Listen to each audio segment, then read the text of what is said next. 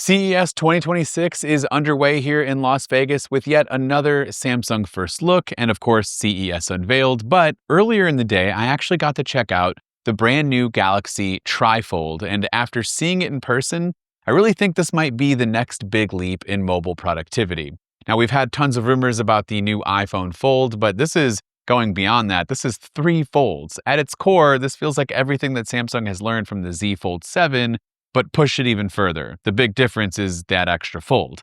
Instead of opening once into a sort of square-like tablet shape, the TriFold opens twice, giving you a much larger inner display and a whole new way to use a phone. It feels legit like an iPad-style device here with this extra fold and form factor. Now, when it's closed, you still have a pretty normal-sized cover screen that works like a regular smartphone, but then once you unfold it, you're looking at a roughly 10-inch display.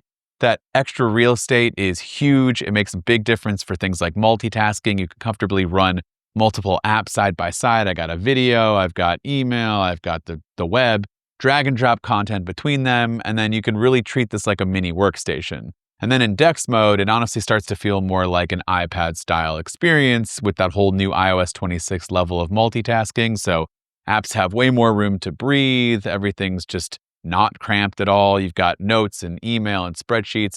Just makes it feel like you're using a laptop at one point here. Rearranging different windows and putting them all throughout the screen at your leisure is just an awesome experience. Now, specs-wise, the inner display is a large dynamic AMOLED panel with a high refresh rate, paired with a really flagship Snapdragon chip, plenty of RAM, and lots of storage. It's clearly built to handle the heavy multitasking that you might need without slowing you down. And then if you want to take pictures with it, you're not getting a compromise here. Samsung's giving you the full system that's found on the Z Fold 7, so you still get that very strong main sensor, ultra-wide, and telephoto lenses. What really impressed me is that despite how massive this thing feels when it's fully open, it still folds down into something only a bit thicker than my iPhone 17 Pro. It's chunky, sure, but it's still pocketable, which is kind of wild considering what this can turn into.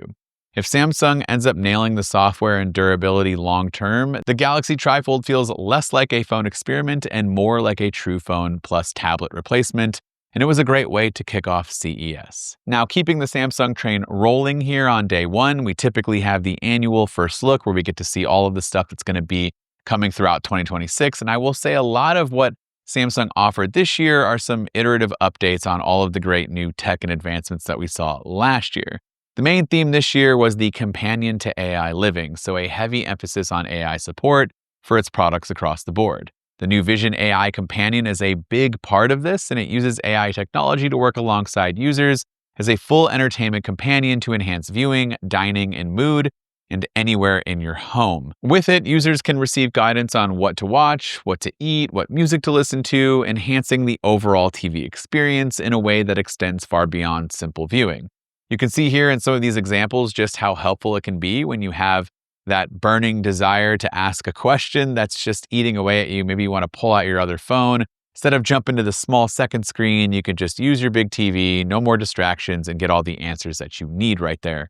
It also allows users to find recipes for meals they see on TV by simply asking for more information on it and getting recommendations that align with your health and fitness goals. Now, in terms of TVs in general, we saw the lineup roll out its 130-inch Micro RGB TV that features the most widest and detailed colored spectrum ever seen on a Samsung TV. And you can just see how beautiful these displays are. But I'm also a huge fan of the new OLED Frame TVs. So this new art-centric TV looks absolutely incredible with an OLED panel, and it makes the artwork look far more realistic in my opinion. Samsung's new moving style monitors are also here, which is the first time I got to see it in person, and this is the company's take on the popular Stand By Me displays from LG. And these are designed to move easily throughout the home, it can detach from the base, and it's just a really great multi-device experience achieved through, again, a really good ecosystem integration. There's also a new all-in-one soundbar that features true 7.1.2 channel all-in-one sound, delivering some great powerful sound in a compact design.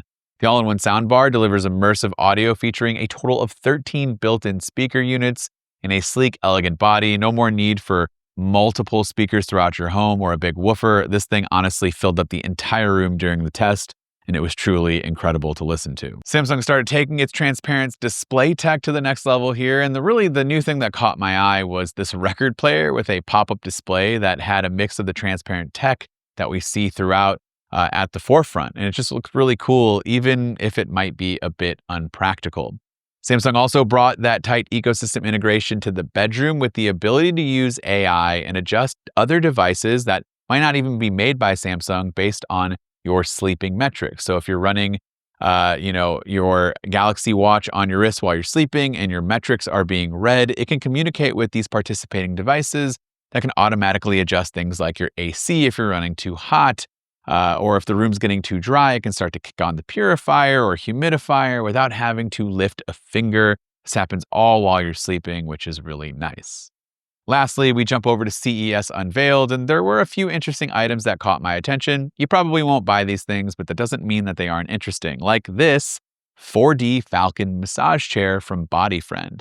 This thing is helping your body wind down and recover from whatever long day you had. I could have used that today, not only offering massages, but other health benefits that apparently make you look like you're just walking while laying in this chair. It was kind of wild. This is the O Station, which can recharge your AA or AAA batteries, ensuring that you basically will never run out of these battery types again.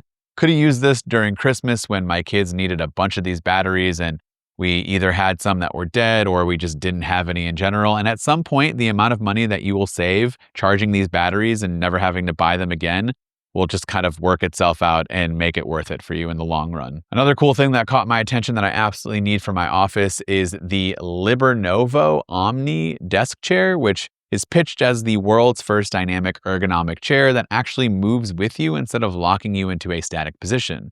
So rather than forcing your body to adapt to a traditional office seat, the Omni uses a bionic flex-fit backrest with multiple precision joints and adaptive panels that follow your spine's natural curve. Basically, you sit down and the chair will automatically adjust to your body shape, giving you that perfect fit and comfort. Belkin has a few new charging accessories for your iPhone and tablets, and even a new Nintendo Switch 2 charging case, which caught my attention.